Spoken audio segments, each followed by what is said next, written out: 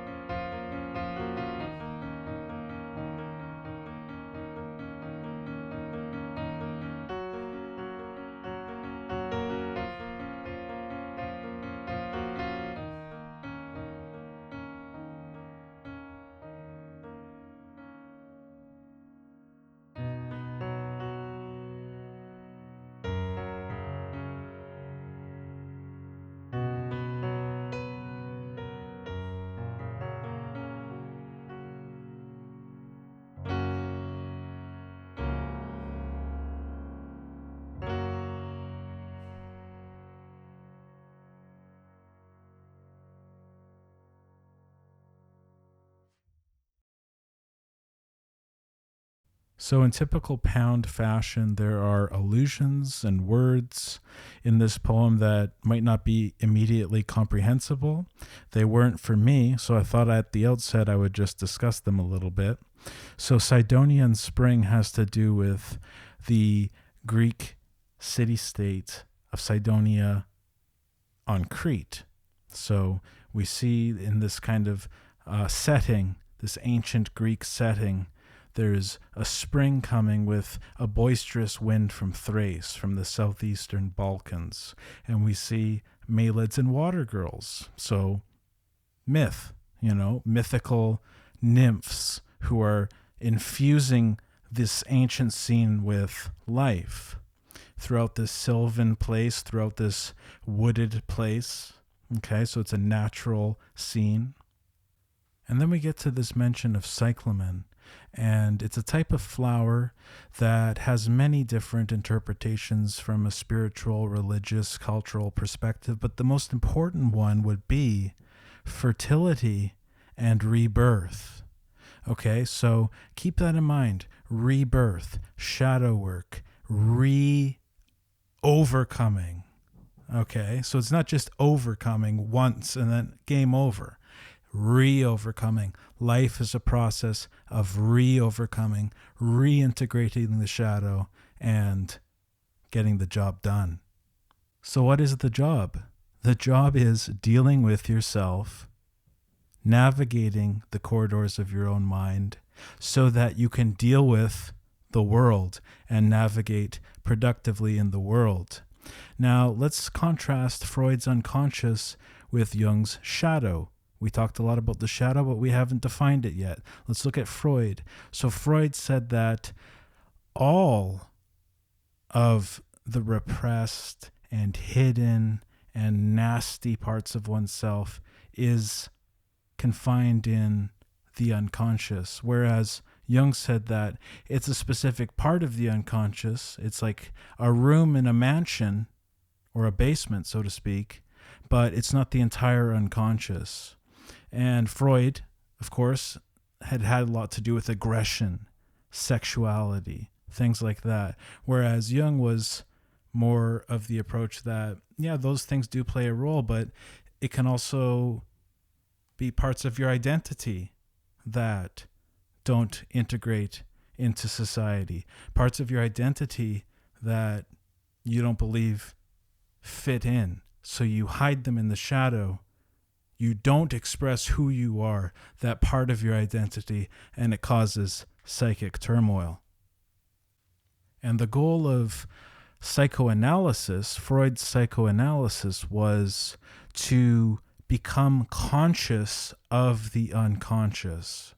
So if you think about the iceberg metaphor, which is often used, that big, massive ice beneath the water in those swirling, cold, frigid, dark depths, he's saying, okay, you have to become aware of that part of your mind. And the way to do that, you can do things like free association. You can do things like dream interpretation. You can do things like talk therapy. Now, Jung was more of the view that this has to become integrated into your personality. It has to become part of you. So whereas in a Freudian context, maybe someone would just be aware of the unconscious but do nothing about it, Jung would say, you have to do something about it. You have to take that part of your identity that you're repressing and somehow rework it into who you are in a way that is productive, as I mentioned before, but also authentic. And don't worry, I haven't forgotten that I'm a poet and not a psychoanalyst, so I'm going to talk about poetry. Let's get into it. So, The Spring by Ezra Pound. What's going on with these two lines? And wild desire falls like black lightning. I think that's the crux of the poem. Now, at the beginning, it talks about this pastoral, beautiful, natural scene with nymphs and a boisterous wind, this warm wind. Everything's so beautiful. But this wild desire falls like black lightning. Okay? So I'm saying that outside, in the exterior, In the macrocosm, there is beauty. But inside, in the interior, in the microcosm, there is discord. And I view that black lightning to be symbolically representative of Jung's notion of the shadow. And then moving on with the poem. O bewildered heart, though every branch have back what last year lost, so even though the world goes through predictable cycles, it goes through the seasons. Last year it lost what it now again has in spring, and it'll lose it again and gain it back. It's ordered. It makes sense. The exterior follows predictable patterns, but the interior does not, because she who moved here amid the cyclamen moves only now, clinging a tenuous ghost. And what is that tenuous ghost? That tenuous ghost is that woman's persona. It is who she projects outwardly, this is who I am, and who she accepts inwardly, this is who I am. Notice it's a ghost. It's not something solid like the Parthenon. It's a ghost. What does that mean? In a Jungian context, it would mean the individual hasn't done the shadow work. She hasn't dealt with the black lightning that descends like wild desire. She hasn't done the work of integrating those uncomfortable parts of her identity into her persona. She's clinging a tenuous ghost. So let's talk about my poem. Does a tree hide from its shade, from its shadow long and splayed? So a tree by nature cannot hide from its shadow. And I propose that it should be in our nature. We should make it part of our nature not to hide from our shadow. Just like it would be incomprehensible for a tree to hide from the shadow, it should be incomprehensible for us to hide from our shadow. Because if we don't have that approach, if we do ignore the shadow, you'll have the troubles that Jung wrote extensively about. Does a bird seek its black shape on the pavement to escape? So the bird can look at his shadow and say, yeah, that's part of me, that's fine. I understand what that is. And when it's flying, is it going to take a nosedive when it sees its shadow? It's not going to do that. And we should have the similar approach. We should fly, see our shadow, acknowledge it, and move on. And then we get to this next bit, which is the confidence that comes from self-actualization. And in analytical psychology, Jung's school, it was all about self-actualization, becoming who you are at the deepest level, who you actually are, not who you think you are, not who you don't want to be, who you are. The tree fears not, for tall it stands, and in birds' eyes are distant lands. So these organisms can do what their nature wants of it. The tree can stand tall. It's in its nature to do so. The bird can fly to distant lands. It's in its nature to do so. And I think it's in our nature to self-actualize. That is what life is about. Self-actualizing, integrating into your environment, and being an authentic version of yourself. Now, of course, there's going to be things that you hide. Of course, there's going to be things that you ignore. Of course, there's going to be things that you will share to some people, but not to other people. But on a general level, you'll know what's in your shadow, you'll accept it, and you'll say, I might have these things, in the basement of my house, but I'm not fundamentally a bad person, and I'm going to move forward to be the best version of myself that I can be, given my environment, given my circumstances, given my biology, and so forth and so on. And then we get to this notion of denial, or as Freud would call it, repression. To look within and see a void is one's denial soon destroyed. Okay, so a void, it's neither positive nor negative, but it's there. It's an absence of normative evaluation. It is what Nietzsche would call beyond good and evil. So looking at the void involves looking past denial, which would have you say, I'm not like that. I don't have those thoughts. I don't have those dreams. I don't have those desires. No, I'm not like that. Looking past that and saying, you know what? Unfortunately, I am like that. Unfortunately, I do have these parts of my unconscious that exist that I can confront and healthily reintegrate. You know, you could think of an alcoholic, this desire for, in many cases, oblivion, this desire to completely knock yourself out with drink. Jung would say, what part of your shadow is causing you to feel that? So maybe this person might think, fundamentally, a part of my identity is I am boring and I am depressed. And the only way I can communicate with other people is when they know I'm drunk. The only way that I can communicate with people freely and say what I really want to say is when drinking. So Jung would say, you don't need the drink for that.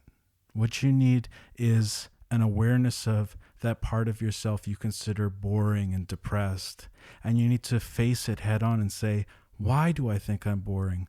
Why am I depressed? Deal with that. And then you can start communicating in a way that you don't need a crutch. You know, the classic crutch of alcohol.